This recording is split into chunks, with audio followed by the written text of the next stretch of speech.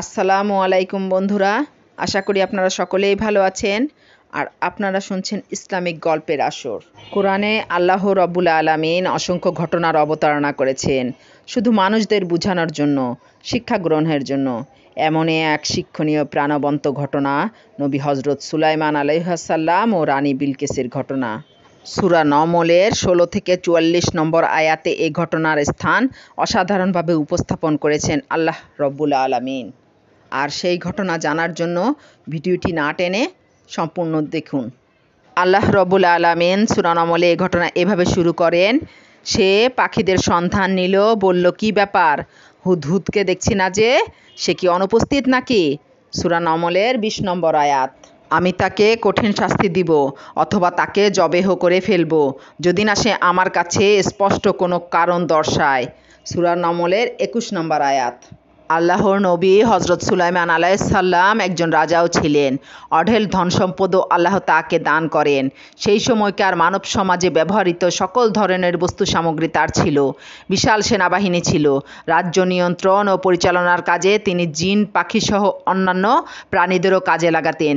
তিনি মানুষের ভাষাসহ অন্য প্রাণীর ভাষা বুঝতেন।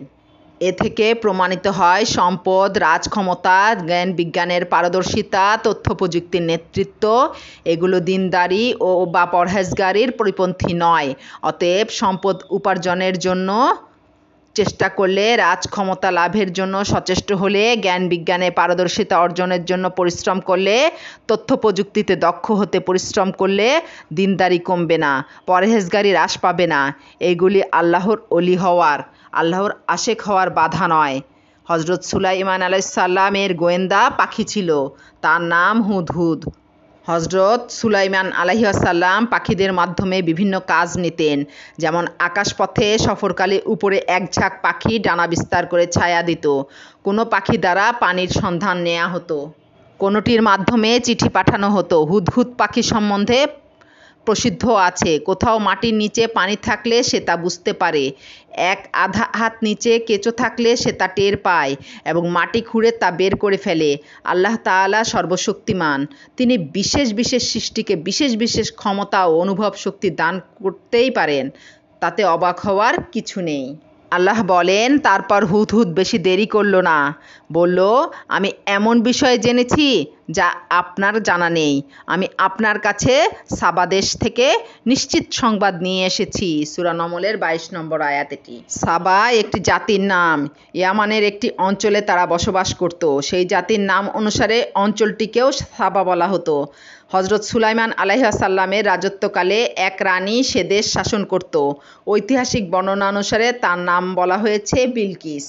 পাখিটি সুলাইমান আলাইহিসসালামকে আরও বলে, আমি সেখানে এক নারীকে সেখানকার লোকদের ওপর রাজত্ব করতে দেখেছি। তাকে সর্বপ্রকার আসবাব উপকরণ দেওয়া হয়েছে আর তার একটি বিরাট সিংহাসনও আছে। এটি সূরা নমলের ২৩ নম্বর আয়াত। হুদহুদের কাছে অবাক লেগেছে এ কারণে যে একজন নারী গোটা একটা সম্প্রদায়কে শাসন করে। এরূপ অভিজ্ঞতার সম্মুখীন সে আর কখনো হয়নি। তার কাছে এটা যেন স্বভাব প্রকৃতিরও বিপরীত মনে হচ্ছিল।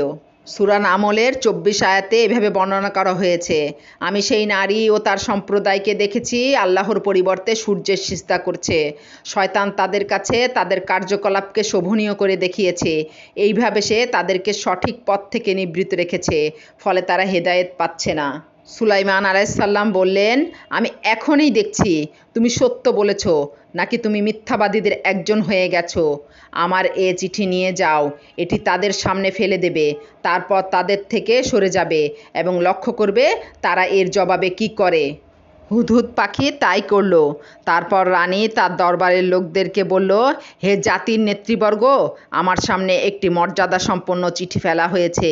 তা এসেছে সুলাইমানের পক্ষ থেকে। তা শুরু করা হয়েছে আল্লাহর নামে, যিনি রহমান ও রহিম। তাতে সে লিখেছে, আমার ওপর অহমিকা দেখিও না, বশ্যতা স্বীকার করে আমার কাছে চলে এসো। এটি সূরা নমলের ২৫ থেকে ৩১ নম্বর আয়াত। এরপর রানী বলল, ওহে জাতির নেতৃবৃন্দ, যে সমস্যাটি আমার সামনে দেখা দিয়েছে এ বিষয়ে তোমরা আমাকে সিদ্ধান্তমূলক পরামর্শ দাও। আমি কোনো বিষয়ে চূড়ান্ত সিদ্ধান্ত গ্রহণ করি না যতক্ষণ না তোমরা আমার কাছে উপস্থিত থাকো। তারা বলল, আমরা শক্তিশালী লোক এবং প্রচণ্ড লড়াকু, তবে সিদ্ধান্ত গ্রহণের এখতিয়ার আপনার, সুতরাং ভেবে দেখুন কি হুকুম দেবেন। রানী বলল, প্রকৃত ব্যাপার হলো রাজা বাদশাগণ যখন কোনো জনপদে ঢুকে পড়ে তখন তাকে জেরবার করে ফেলে এবং তার মর্যাদাবান বাসিন্দাদেরকে লাঞ্ছিত করে ছাড়ে। এরাও তো তাই করবে। আমি তাদের কাছে উপঢৌকন পাঠাবো, তারপর দেখব দূতেরা কি উত্তর নিয়ে ফেরে। এটি সূরা নমলের 32 থেকে 35 নম্বর আয়াত। সম্ভবত নবুয়াতি পত্রের অসামান্য শক্তি বিলকিসের অন্তরে এক অনিবর্চনীয় প্রভাব বিস্তার করেছিল। পত্রের এতটা শৌর্য যে কেবল রাজকীয় বলবত্তা থেকে উৎসরিত নয়, বরং এর উৎস অন্য কোথাও। সেরকম কিছু হয়তো তিনি আঁচ করতে পেরেছিলেন। সেই বোধ থেকেই তিনি উপহার সামগ্রী পাঠানোর সিদ্ধান্ত নিলেন।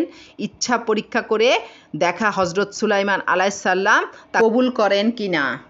কবুল করলে বোঝা যাবে তিনি কেবলই একজন রাজা এবং রাজাদের মতোই অর্থ ও ক্ষমতার মোহ দ্বারা তিনি চালিত। সে মতে তার সাথে বোঝাপড়া করার সুযোগ থাকবে।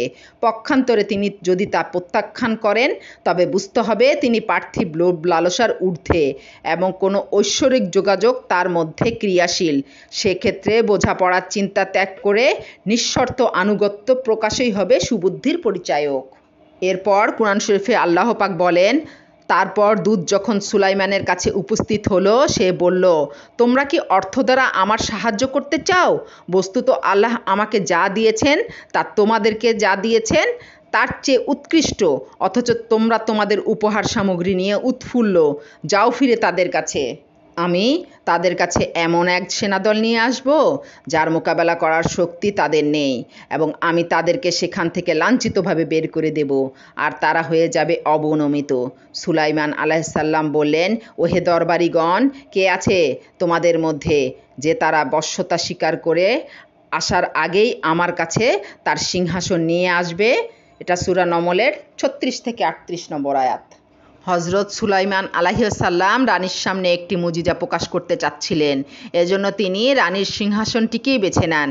রানী এসে পৌঁছার আগেই যদি তার বিশাল ভারী সিংহাসনটি হজরত সুলাইমান আলাইহিসসালামের দরবারে হাজির হয়ে যায় তবে এক অলৌকিক কাণ্ড হিসেবে তা রানীকে অবশ্যই প্রভাবিত করবে। তার নবুয়তের শক্তি ও সত্যতা তার সামনে পরিস্ফুট হয়ে উঠবে। আল্লাহ এই ঘটনাটি কোরআন শরীফে এভাবে বলেন, এক বলিষ্ঠদেহী জিন বলল, আপনি আপনার স্থান থেকে উঠার আগেই আমি সেটি আপনার কাছে নিয়ে আসব। নিশ্চয়ই আমি এ কাজে সক্ষম, বিশ্বস্তও বটে। সূরা নমলের 39 নম্বর আয়াত।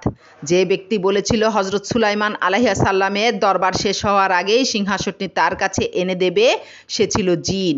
সে হজরত সুলাইমান আলাইহিসসালামকে এই বলে আশ্বস্ত করেছিল যে সিংহাসনটি এনে দেওয়ার মতো ক্ষমতা তো তারই আছে, তার সঙ্গে যে আমানতদারও বটে। কাজেই তাতে যে সোনা, রূপা, হীরা, জহরত আছে তার কোনরূপ এদিক সেদিক হবে না। কুরআন শরীফে এইভাবে বলা আছে, যার কাছে ছিল কিতাবের ইলম, সে বলল, আমি আপনার চোখের পলক ফেলার আগেই তা আপনার সামনে এনে দেব। অনন্তর সুলাইমান যখন সিংহাসনটি নিজের সামনে রাখা অবস্থায় দেখল তখন বলে উঠল, এটা আমার প্রতিপালকের অনুগ্রহ। তিনি আমাকে পরীক্ষা করতে চান যে আমি কৃতজ্ঞতা আদায় করি না অকৃতজ্ঞতা করি। যে কেউ কৃতজ্ঞতা আদায় করে সে তো কৃতজ্ঞতা আদায় করে নিজেরই উপকারার্থে, আর যে কেউ অকৃতজ্ঞতা করলে আমার প্রতিপালক তো ঐশ্বর্যশীল মহানুভব। সূরা নমলের 40 নম্বর আয়াত এটি। প্রথমে সুলাইমান আলাইহিসসালাম দরবারি লোকজনদেরকে, বিশেষত জিনদেরকে লক্ষ্য করে বলেছিলেন, এমন কে আছে যে বিলকিস এসে পৌঁছার আগেই তার সিংহাসনটি আমার কাছে এনে দিতে পারবে? বস্তুত এর দ্বারা তার উদ্দেশ্য ছিল জিনদের দর্প চূর্ণ করা। সুতরাং যখন একজন জিন দর্প ভরে বলে উঠল, আমি আপনার দরবার শেষ হওয়ার আগেই সেটি এনে দেব, তখন তার কথার পিঠে হজরত সুলাইমান আলাইহিসসালাম নিজেই বললেন, তুমি তো দরবার শেষ হওয়ার কথা বলছো, আল্লাহ তাআলার ইচ্ছায় আমি মুজিজা স্বরূপ সেটি তোমার চোখের পলকের ভেতর এখানে নিয়ে আসব। খুব সম্ভব। এই বলে তিনি আল্লাহ তাআলার কাছে দোয়া করলেন এবং আল্লাহ তাআলা সেই মুহূর্তে বিলকিসের সিংহাসনটি সেখানে আনিয়ে দিলেন। পরিশেষে রানী বিলকিস যখন আসলো জিজ্ঞাসা করা হলো, তোমার সিংহাসনটি কি এরকম? সে বলল, যেন এটি সেটি। আমাদেরকে তো এর আগেই জ্ঞান দেওয়া হয়েছিল এবং আপনার আনুগত্যও স্বীকার করেছিলাম। সূরা নমলের ৪২ নম্বর আয়াত। বিলকিস বুঝে ফেললেন সিংহাসনটির আকৃতিতে কিছুটা রদবদল করা হয়েছে, তাই একদিকে তো তিনি নিশ্চিত করে বলেননি যে এটি সেটি, বরং যেন শব্দ ব্যবহার করে এক মাত্রার সন্দেহ রেখে দিয়েছেন।